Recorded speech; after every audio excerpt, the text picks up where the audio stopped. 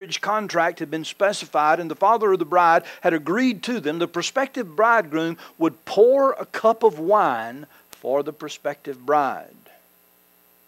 The wine would then be blessed by a ritual prayer that went something like this: Blessed art thou, our eternal God, creator of heaven and earth, who has given us the fruit of the vine.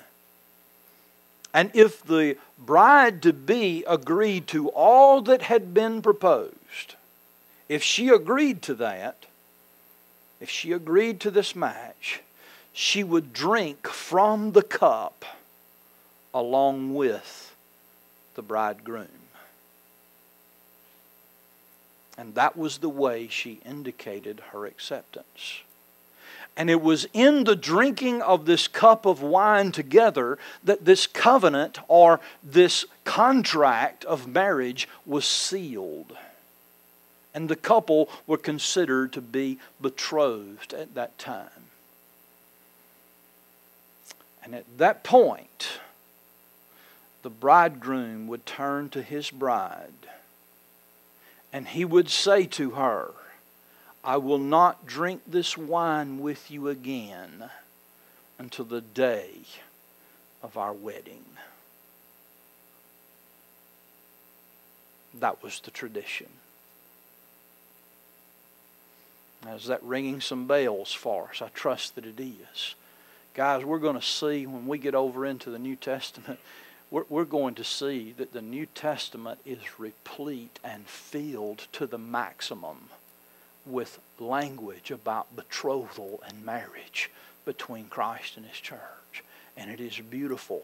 It is beautiful almost beyond description. But he would turn to his bride and he would say, I will not drink this cup with you again until the day of our wedding.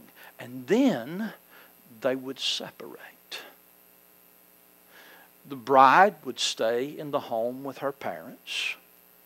And the bridegroom would go back to his father's house. And it was a time of preparation on his part.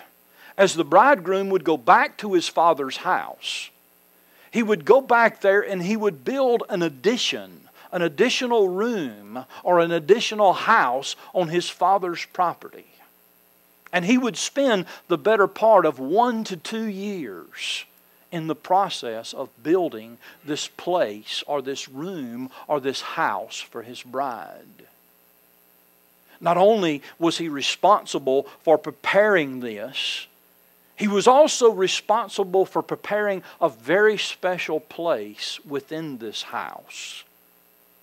And this very special place was called a chuppah. A chuppah.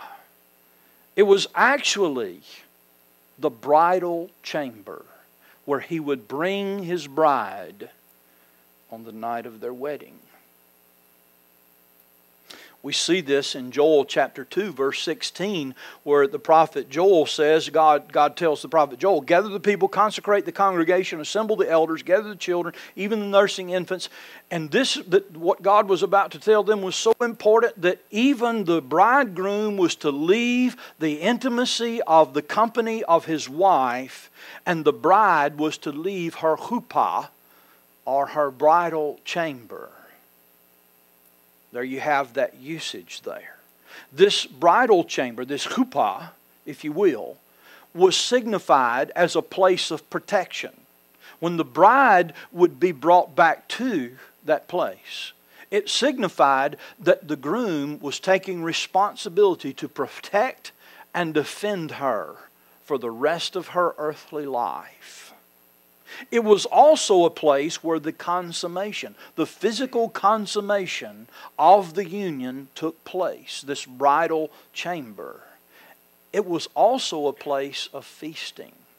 Not only did he have to prepare this special room, this chuppah, if you will, he had to stock that chuppah with feasting materials, foods and fruits and everything imaginable to eat.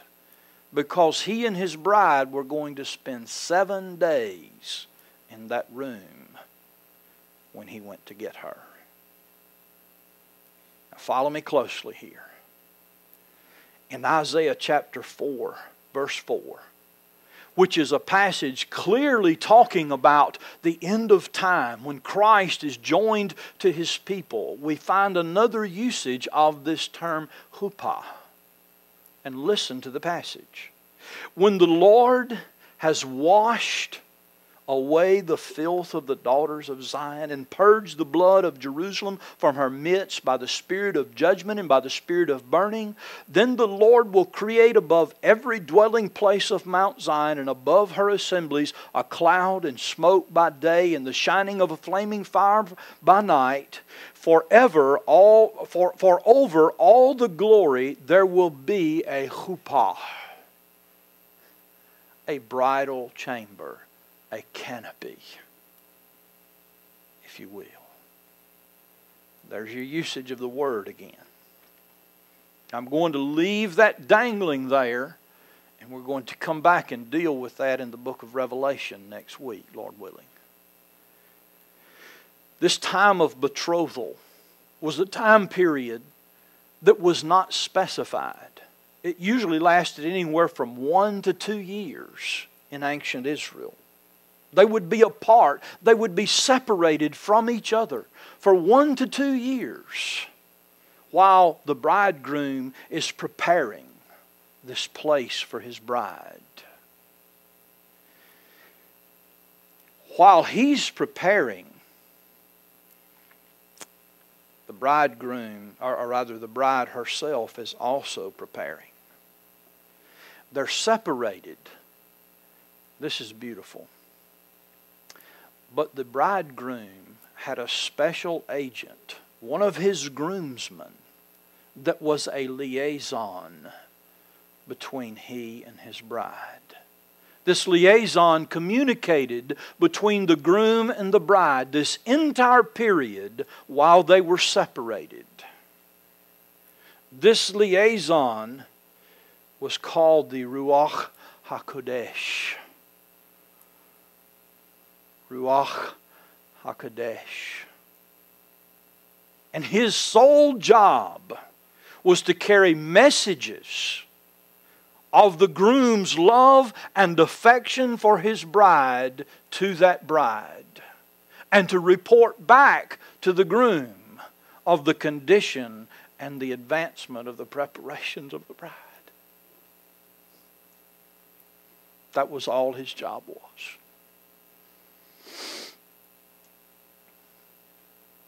He helped prepare the bride, to get the bride ready, to make sure that she was ready for her wedding day.